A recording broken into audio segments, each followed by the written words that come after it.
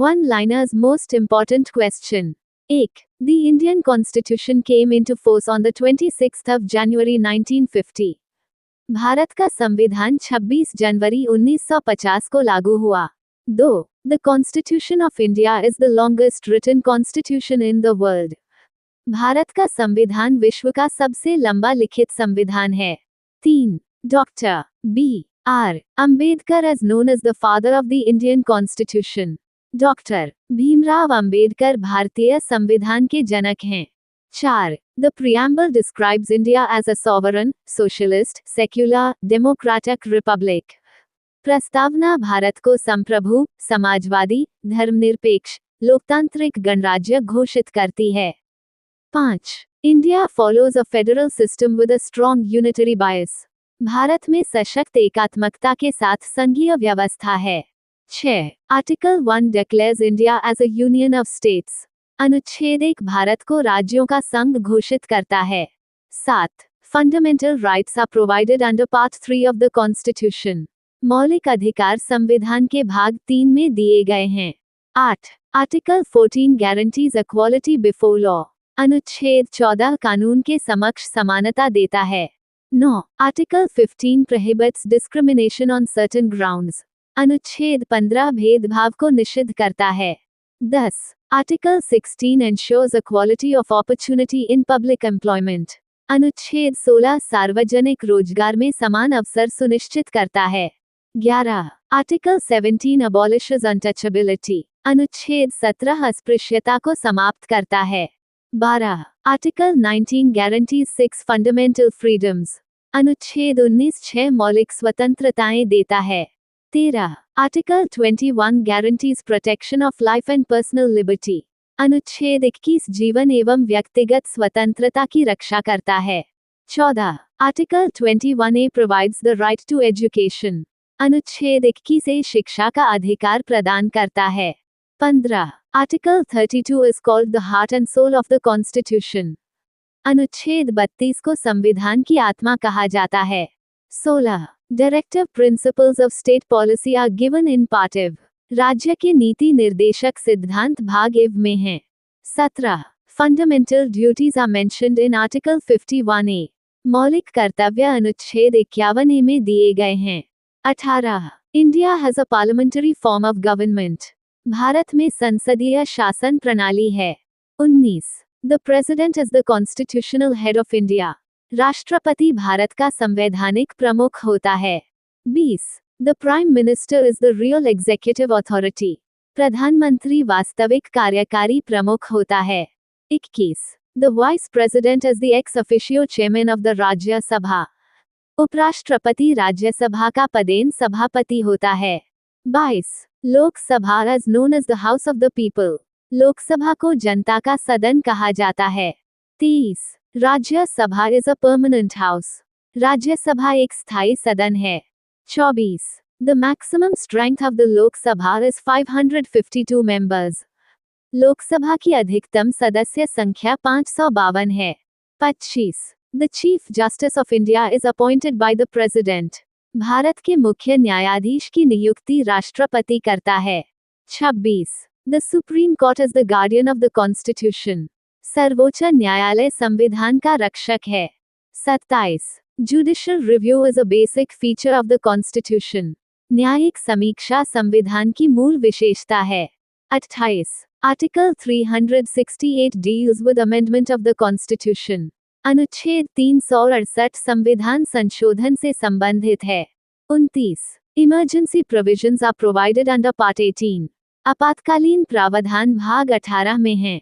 30. Article 352 deals with national emergency. अनुच्छेद 352 राष्ट्रीय आपातकाल से संबंधित है. 31. Article 356 deals with president's rule.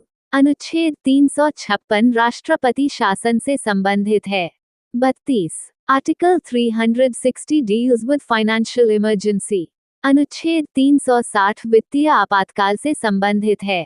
33. Article 324 provides for the Election Commission of India. अनुच्छेद 324 चुनाव आयोग से संबंधित है. 34. Article 148 provides for the Controller and Auditor General. अनुच्छेद 148 नियंत्रक एवं महालेखा परीक्षक से संबंधित है। 35. Article 280 provides for the finance commission.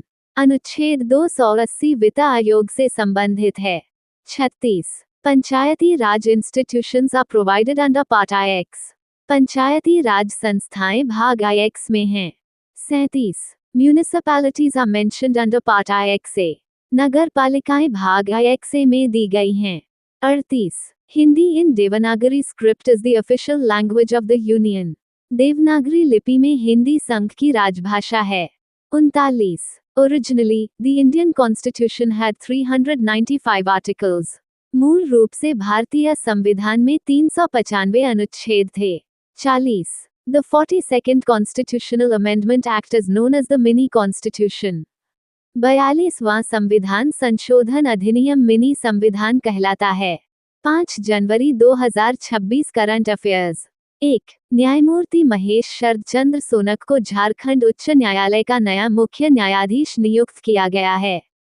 Justice Mahesh Sharad Chandra Sonak has been appointed as the new Chief Justice of the Jharkhand High Court।